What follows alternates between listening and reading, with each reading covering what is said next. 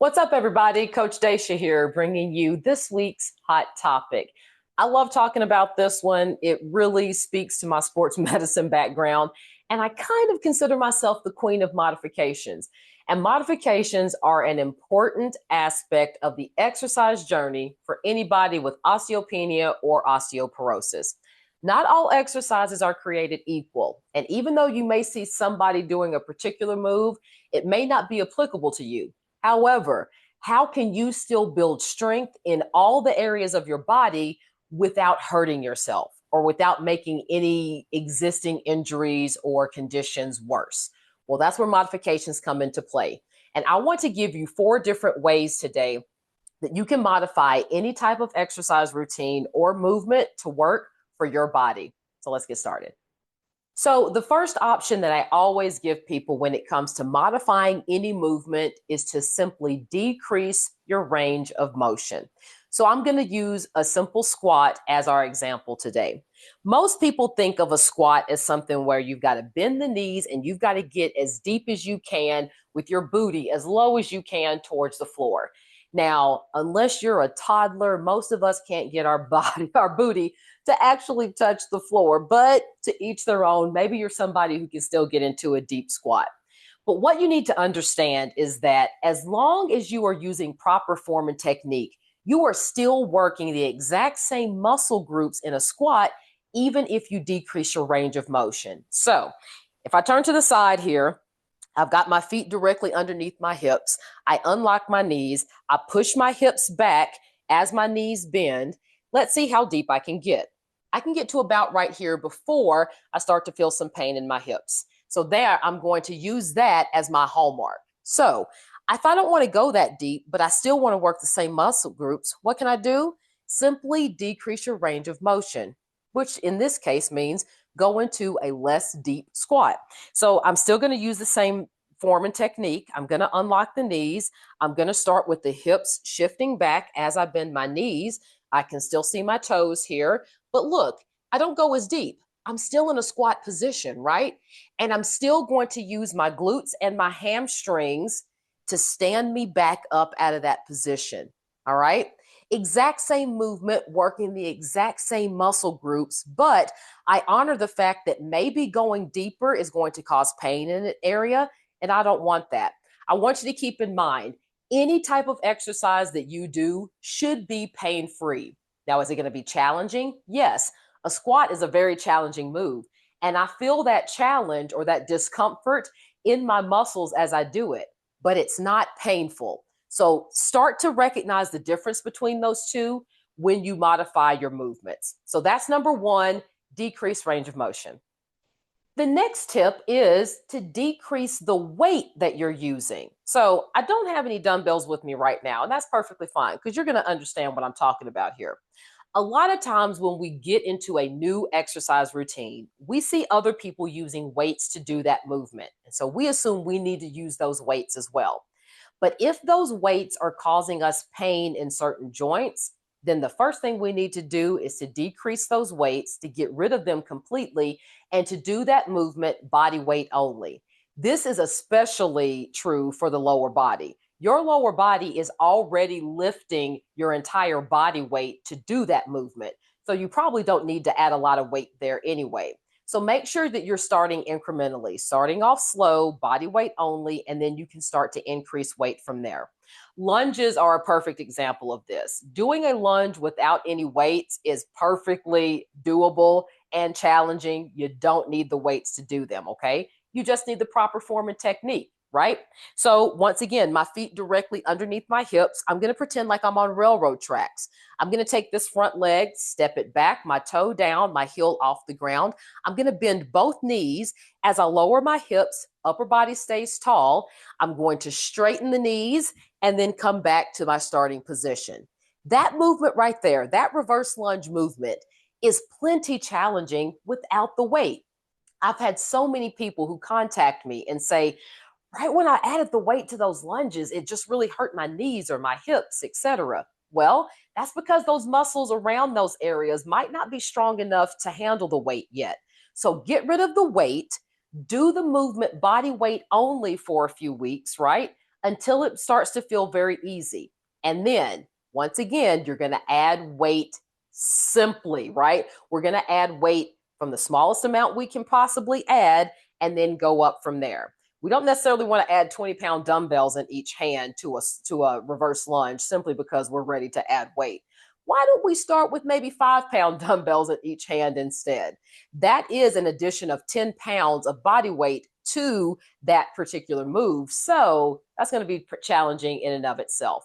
So always remember, if you have added weight too soon, that may be causing you the pain. So let's get rid of the weight and do body weight only. So that's tip number 2, decrease the weight. Tip number 3 for modifications is to do a different move altogether. Now, I had this question today during my office hours. I had a lady who was talking about shoulder pain that she's had for years now. She's had imaging done. She's even done physical therapy, and nothing has really helped with the pain that she is experiencing in her shoulder.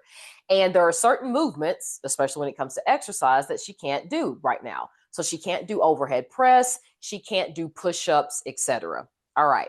So this is a situation where we have somebody who wants to work certain muscle groups, but they feel like they can only do it by doing certain movements. And that is incorrect. There are so many different ways that you can work the same muscle groups. We just need to figure out what those are. Now, to be quite honest, I understand that the general public may have a hard time figuring out, well, what's an alternative to an overhead press? Like, how do I work those same muscles but not do that movement? Completely understandable if that doesn't come to your mind immediately. And this is where Dr. Google is going to be extremely helpful for you. But today I do want to give like a couple of different examples of what this could look like. All right. So in her case, the overhead press and things like push-ups were problematic. Now let's go with the overhead press first. If you're doing an overhead press and we're doing it with a palm forward grip, right? So this would be a neutral grip, but for most people, they're wanting to do an overhead press with what we call palms forward, okay? So in this case, if you are to lift your arms overhead, you would be working basically all of the different fibers of your deltoid. So your deltoid is the muscle group right here of your shoulder. As you get overhead, you would also be working the upper traps and the levator scapulae. No, so I'm giving you a bunch of muscle groups that you may not understand, but I'm just telling you right now the different muscle groups that are being worked in the lifting or the concentric phase of this movement, okay? So in her case, going overhead is causing extreme pain in her shoulder, especially in the anterior part of her shoulder, okay? So what do we want to do? We want to work those same muscle groups, but we don't want to go overhead in this case. So my suggestion to this lady is let's do raises instead. So forward raises, right? Up to shoulder height and no higher, okay? If you can go to shoulder height pain-free, do that. If you can stop right here and that's where you need to stop pain-free, do that as well. But doing front raises are going to get the anterior part of our deltoid. Doing lateral raises will get the middle part. And you can even do rear raises, or you can transition this into bent over rows to help with the posterior part. So all 3 different muscle groups can be worked by doing raises, and we never have to go overhead, right? Now, in the case of push-ups, for her, push-ups were really problematic because she was having to bear her weight on the ground to do a push-up. So as you can imagine, being in a true push-up position, having to bend the elbows, and then this part right here having to come back up, pretty problematic, right? Now, the push-up phase, when we're actually pushing up out of a push-up, is going to be working the chest, mainly our pec major, maybe even our pec minor, okay? That push-up phase is also going to be working the tricep. Well, there's so many other ways to work the triceps without having to use your body weight, right? So you can do tricep kickbacks right here, right? And we never have to go overhead to do that movement. A lot of people only think that overhead triceps or tricep extensions are what you can do. No, no, no. Remember, we can always stay right here. Anything that causes your elbow to straighten out is going to be strengthening the triceps. So kickbacks are going to be a perfect one. In the case of the chest, For her, she can be on the ground and she can do chest press from the ground. So if I were to lie on the ground and I've got a weight in each hand, I'm going to kind of turn it at an angle so you can see this. A weight in each hand, pressing overhead here or over her chest and then lowering back down is going to work the chest muscles without us using our full body weight on the problematic shoulder. Okay. And look at that. We're working the same muscle groups. Now, once again, that was easy for me to think of because this is what I do for a living. It's easy for me to think of modifications. But if you can't think of a modification on your own, Dr. Google can help you. All you have to do is Google modification or option 4 and then type in the move that you have problems doing, the move that causes pain in whatever joint. And then let it come up with some other modifications that you can use. You do not have to do certain moves if they are painful. That is the most important part to remember here. I never want you doing movements that are painful simply because you see other people doing them or because they might have been in a research study that you feel like is the only thing that's going to help with your bone health. That's simply not the case. There's so many other ways to work the muscles of our body, and they don't have to be the 3 or 4 movements that you've seen other people doing. So that's tip number 3, everybody. Change the move altogether. Last but not least, tip number 4 is to change the speed at which you do a movement. A lot of times we see somebody doing something very fast, especially when it comes to cardiovascular movements, or in the case of bone health, our impact movements. We feel like we see them doing it very fast, and therefore we need to be able to do it very fast in order for it to be effective.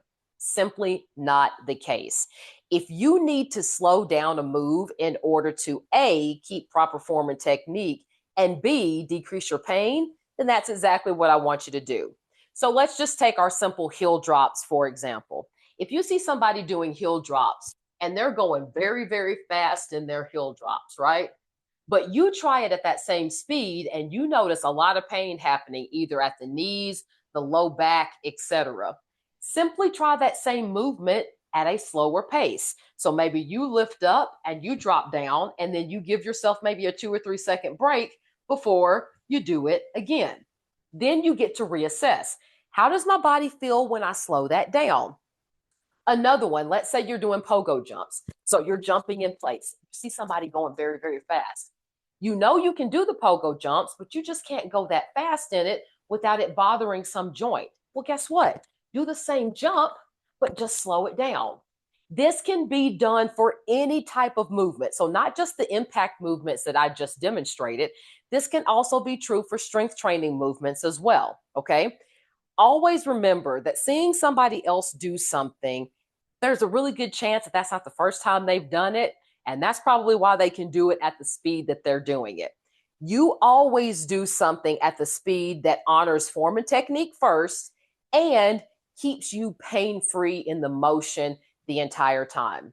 So that's last but not least, tip number 4, decrease your speed in any movement.